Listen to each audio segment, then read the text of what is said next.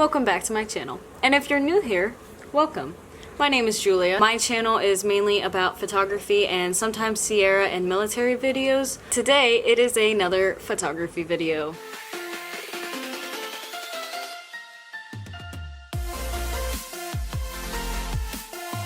Yesterday was Christmas. I know I haven't posted a lot, and that's because once Josh came home from deployment, not too long after that, took all of November off, for the most part. And lately I have just been enjoying just him being home and me not stressing about anything else, just being with him, besides obviously working early in the morning as usual. Yesterday for Christmas, Josh decided to get me one of the things that I really kind of wanted for my camera. And that being said, he got me the Canon 50mm 1.8. I wanted the 50mm really bad because of the fact that it's such a versatile lens, and a lot of people say it's very good for like weddings. You can get pretty close to your subjects with this lens, especially when you have manual focus. I really enjoy how good quality the lens actually is. This is now the fastest piece of glass I own, because the one on my camera right now that I'm shooting with is the 18-135, and that is a 3.5 at the lowest aperture. Yesterday night, since he got me the new lens, I decided to try to make a B-roll, which I'll put into this video as well. I tried to make a B-roll about our Christmas a little bit, and I took some photos of the dogs and other things around, but then I also decided to go out, take Josh's truck, or have Josh take his truck, and we went to the old town of Stoughton up here in Wisconsin, and I actually tried for my first time doing nighttime car photography with long exposure. So you have, some of the photos have like the taillight trails and the headlight trails going by the truck. And I think it worked pretty good. I'm going to put into this video how I edit a couple of the photos that I took last night. Working with the lens was kind of hard, especially when it came to the B-roll, because of the fact that it doesn't have image stabilization, and I'm used to that. So that was a big adjustment, but I don't think it turned out too bad. Anyways, let's get into the video.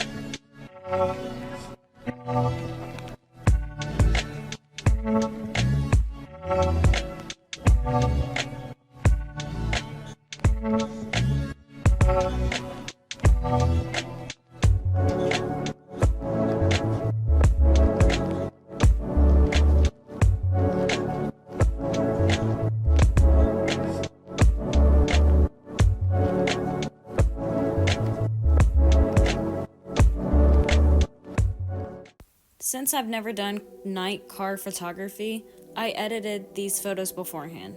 Just like the majority of all my other photos, I went ahead and first straightened my horizon on the image. The next thing is I went into the curve tool and actually adjusted the exposure, contrast, and highlights right after that. Moving along, I went ahead and went into the color mix and just started messing around with the different colors and hues until I was happy with it. I wanted to remove a lot of that red and that orange that you've seen in the beginning of the image, but leave a lot of that blue-green kind of tint of the stoplight. This, I thought, is what made the truck pop a little bit more because of it being white.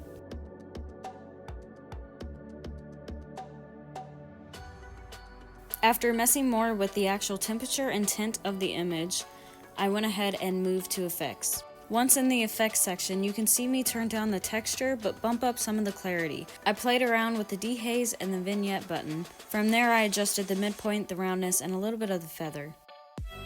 Next was the detail section.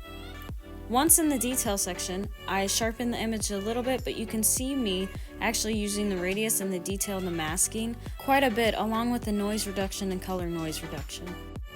The last step in Lightroom was just to enable the lens correction. After that, I exported into Snapseed.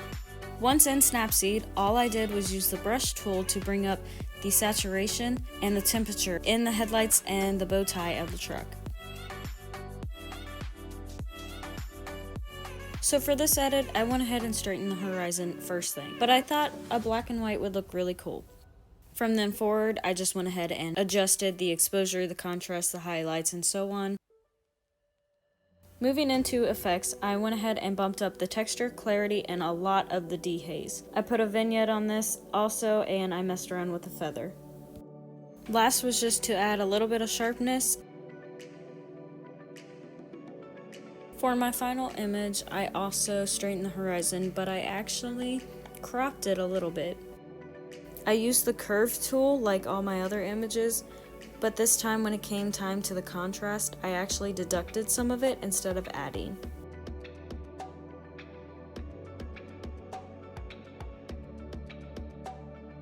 When it came time for the color section, I did the same thing as the first photo and messed around with the different hues and saturation levels of each individual actual color.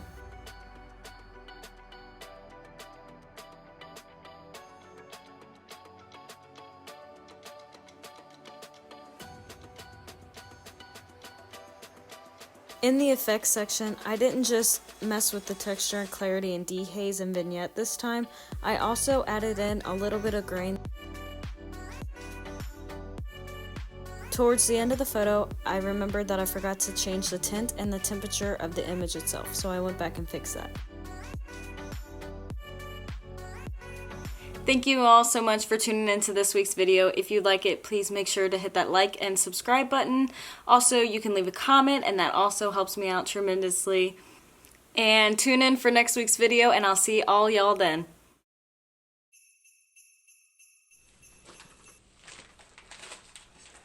That one? Pull it. Get it. There you go.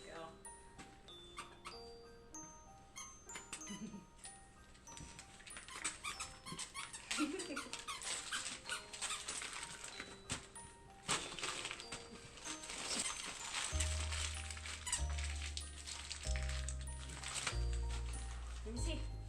Let me see it. Hey. Ready? Now sit. 1, 2, 3.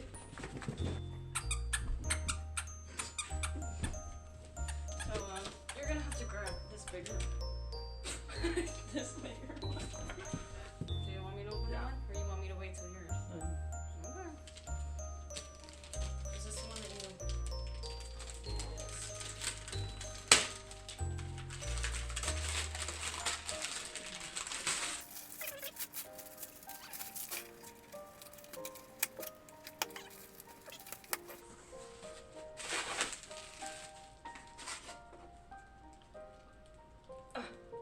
You're a little brat. Let me just tell you. Oh, you're so sweet.